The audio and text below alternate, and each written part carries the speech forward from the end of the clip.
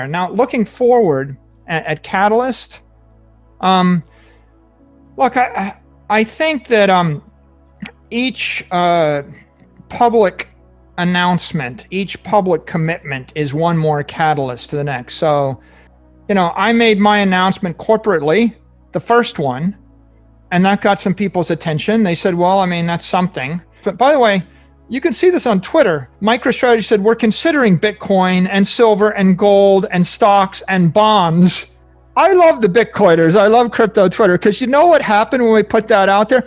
Every investor in the world ignored it, except some Bitcoiner found it, and they posted, MicroStrategy is considered Bitcoin. I'm reading, I'm like, whoa, man, talk about confident in their beliefs. It's like MicroStrategy is considering Bitcoin. They pull that out and they started blasting that. That was news. A week later, we announced we bought 250 million. That was another news. A month later, but then it was like, oh, MicroStrategy's got an investment. Is it, is it a speculation? Then a month later, oh yeah, we bought a lot more. In fact, by a month later, 90% of our discretionary cash was in Bitcoin. And that's, people are trying to get their heads around that. And then a bit after that, we saw the move by Square, and Jack bought us 50 million, and that was great.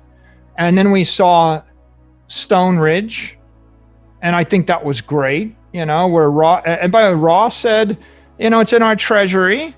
And then he said, the US dollar is weakening against Bitcoin 70% over the past 2 years. And that causes someone to stop and think, okay, well, legitimate, sophisticated institutional money managers are thinking about the world differently. And the Paul Tudor Jones thing was thinking about the world differently. I think you're going to see over the next 12 months, you're going to see waves of more announcements. Well, for example, we saw PayPal, big announcement. Square is 30 million person mobile bank. PayPal is 300 million user mobile bank. I think as you see tech companies build Bitcoin into their offering, those are catalysts, massive catalysts. As you see you're going to see institutional money managers build Bitcoin into their offering. First it was Fidelity saying you could buy it, but when Fidelity says, well, we've got a Bitcoin fund, you can just wire us $20 million and that'll give you direct exposure to Bitcoin. That's a good thing. And they're talking about it, and I read the press on it, but mutual funds and investment funds, I think that'll be big. I think that when you start to hear institutional investors come out and say, we bought it, right? We bought it. We're going to buy more of it. We bought a lot of it. Let's go back to Paul Tudor Jones. Paul said, oh, I think I'm putting 1% into it. All the Bitcoiners took a victory lap. This is great. And then he says, oh, I put 2% into it. Okay, well, that's great. Well, my view is he's still not serious yet. Right. I mean, it was nice. It was nice, but it's a little bit patronizing. I mean, to be honest with you, okay, you're an investor and you're telling me that you kind of understand what I'm doing and you're going to put 1% of your portfolio into it because it's kind of an interesting hedge. You don't really understand what I'm doing. Yeah, I mean, it's kind of patronizing in a way. If you really understood and you're an investor, you'd say, oh, we made an allocation of X. We put 500 million into it. Okay, we got a $10 billion fund. Well, how important, if you really got it, if you thought, well, all my bonds and equities have fiat underpinnings and they're decaying at 10% a year or more, then you would say, a good hedge would be I put 10, 20, 30, 40% into it. But let's not go there because they do whatever they're going to do. But I'm amused because I think everybody thinks these hedge fund guys know how to make money. If they really knew how to make money, they would put $1 billion into it. And then they would get out on the wire and they would say, I bought $1 billion worth of it. I'm going to buy more. And, and if they were really smart, they would go to the 3 guys they play tennis with in the Hamptons. Because I know these guys. I've been to the tennis tournament. I've seen it. And each one of them would buy 500 million each. And then they would just successively say, I bought 500 million for my fund. He bought 500 million for his fund. The next week, someone else buys 500 million. By the time 4 of them have bought 500 million, bang, bang, bang, bang, the FOMO kicks in like there is no tomorrow. You remember when Bill Ackman got on television during the crisis and he basically groveled and explained how the world was coming to an end while he was shorting the stock market? He shorted the entire stock market. He said the world was going to come to an end. The market traded down. He covered his bet. He made $2 billion and then he bragged about it. That was on like a $50 million bet too. It was some crazy asymmetrical return. And yeah, so I mean, my point is these guys do this for a living, right? I mean, this is what they do. If you've got $1 billion and you put all of it in Bitcoin, it's commitment, it's conviction.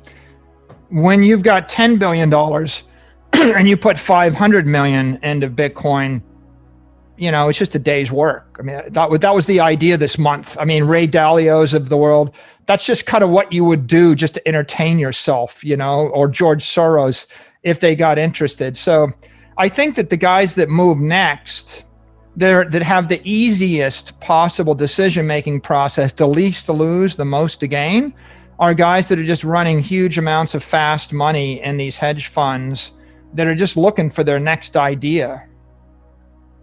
Totally. There's a couple things here that I thought were really interesting. One is you touch on career risk. Folks jumping in and buying Bitcoin, whether you're a fund manager or a CEO, as more and more of you like yourself and Jack legitimize the space, then it reduces that career risk for more people to get in. And I think, it is a little frustrating though for us mega bulls because we're both hugely bullish about Bitcoin. We've put a large portion of our net worth into it. It's hard for us to look at these other people who have, and I think you were kind of right. It's a little patronizing with Paul Tudor Jones going, oh, I'll put it in a few percent. You're like, well, do you believe in it or not? If you understood the value prop, you'd be all in. It's an ignorant statement, Dan. Yeah. to say I'm a great financial investor, I'm a master of the universe. I understand macroeconomics and investment, and I'm therefore allocating 1%. It's silly. It's amusing. But on the other hand, you're going to see other people that are going to take a harder position. I think there are people that are taking a much stronger position in Bitcoin now. They're just not public about it, right? I mean, when I actually came out, when I came out and said MicroStrategy did it, well, I had to, right? It's just a requirement. We're a publicly traded company, no choice. But when I actually announced my own purchase, I didn't have to. And there are people that would say don't, right? And by the way, for 99.9% of the Bitcoiners, I would say don't. I get it. People would even post on their Twitter, why'd you do that? First rule of Bitcoin, don't tell people how much Bitcoin you have.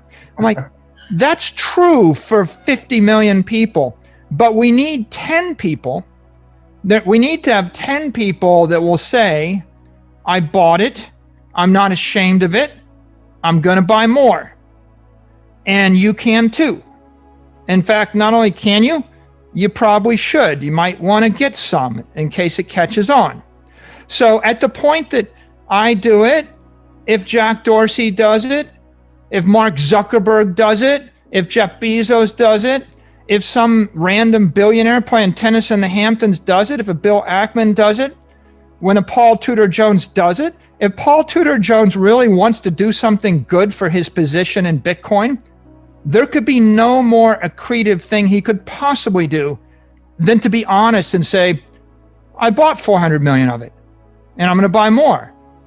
It's like, if you're not willing to say that, you're just patronizing and insulting the rest of us, right? I mean, that's my view on that. If you're not going to say that, I think it's going to happen, right? There is some bravery, some courage here. By the way, I own courage.com, right? I know that I'm going to path it to Bitcoin, although I could, but there's a difference between buying $250 million worth of Facebook and buying $250 million worth of Apple and buying $250 million worth of sovereign debt or gold.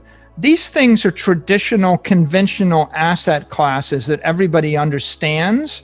If you were to stand up and say, oh, I bought $250 million worth of Facebook, that's somewhere between vain, and flashy and arrogant or whatever. But when you're birthing an asset class, when you're actually legitimizing a brand new idea that 99% of the world doesn't understand and they are either ignorant of or afraid of, at that point, it's important that people with conviction stand up and they say, nothing to be ashamed of. I did it. I'm proud I did it. I'm going to buy more. It wasn't a hedge. It's not a speculation.